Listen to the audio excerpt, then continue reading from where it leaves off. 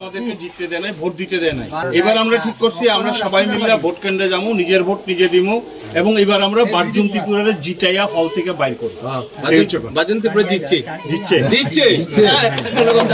5 বছরে এডিসির উন্নয়নের টাকা কোথায় গেল? টিপরা মোথা, জবাব চাই, জবাব দাও। 8 বছরে রাজ্যের উন্নয়নের টাকা কোথায় গেল? বিজেপি, জবাব চাই, জবাব দাও।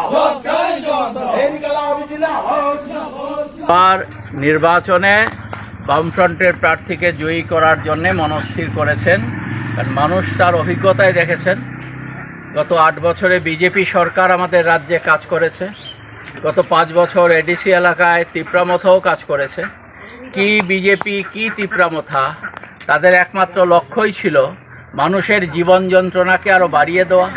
মানুষ কাজ পান না, মানুষের খাবারের ব্যবস্থা নেই, গ্রাম ত্রিপুরার মানুষ প্রচণ্ড কষ্টের মধ্যে আছেন, মায়েরা তাদের সন্তানদের বিক্রি করতে বাধ্য হচ্ছেন।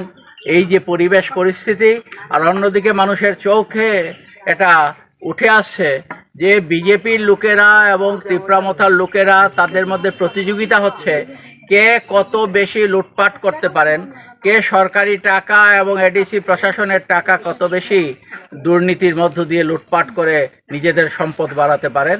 এই প্রতিযোগিতা সেখানে চলছে এবং তার জন্যেই আজকে বামফ্রন্টের প্রার্থী সর্বত্র মানুষের সাড়া পাচ্ছেন। মানুষ যেভাবে উৎসাহিত করছেন এবং মানুষ আগে আমরা যেখানে দেখতাম যে মানুষ ভয় পেতেন বা মানুষ আমাদের সঙ্গে কথা বলতে চিন্তা করতেন, এখন মানুষ ডেকে নিয়ে যাচ্ছেন, কথা বলছেন, সময় দিচ্ছেন এবং বারবার একই সঙ্গে তারা তাদের প্রতিক্রিয়াও ব্যক্ত করছেন যে গত 5 বছরে তারা মথার সময়তে কিছুই পাননি, উন্নয়নের কোনো কাজ এখানে হয়নি। একটি জায়গায় এককানি রাবার বাগান করতে কোনো ক্ষেত্রে সহযোগিতার হাত সেখানে বাড়ায়নি এডিসি প্রশাসন এবং রাস্তাঘাট অন্যান্য ক্ষেত্রে তো কোনো ভূমিকাই তাদের নেই।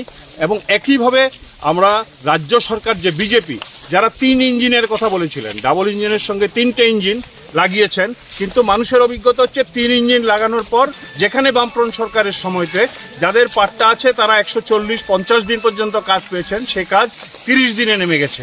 ফলে মানুষের এক দুর্বিষহ যন্ত্রণার মধ্যে আছেন এবং এই অবস্থা যদি চলতে থাকে তাহলে ত্রিপুরা রাজ্যে আবার দুর্ভিক্ষ, ত্রিপুরা রাজ্যে আবার সেখানে খরা নামে আসবে এবং উপজাতি পল্লীতে এই সংকট আরো চূড়ান্ত হবে। এরকম একটি পরিস্থিতিতে পরিত্রাণের জন্য এডিসি নির্বাচনে বামপন্থী প্রার্থীদের জয়ী করার জন্য মানুষের যে ইতিবাচক মনোভাব আমরা লক্ষ্য করছি, আমরা বিশ্বাস করছি, আমরা আশা করছি যে এই নির্বাচনে তার প্রতিফলন ঘটবে এবং মানুষ তার ভোটাধিকার প্রয়োগ করার মধ্যে দিয়ে এই রাজ্যে গণতন্ত্র পুনরুদ্ধারের যে সংগ্রাম, এডিসি দখল করা এবং এডিসির মধ্যে উপজাতিদের স্বার্থ রক্ষা এবং একই সঙ্গে গণতন্ত্র পুনরুদ্ধারের সংগ্রামে এক নতুন ধরনের পরিবেশ তারা তৈরি করতে চাইছেন, নতুন ধরনের আন্দোলন অভিমুখ তারা দিতে চাইছেন।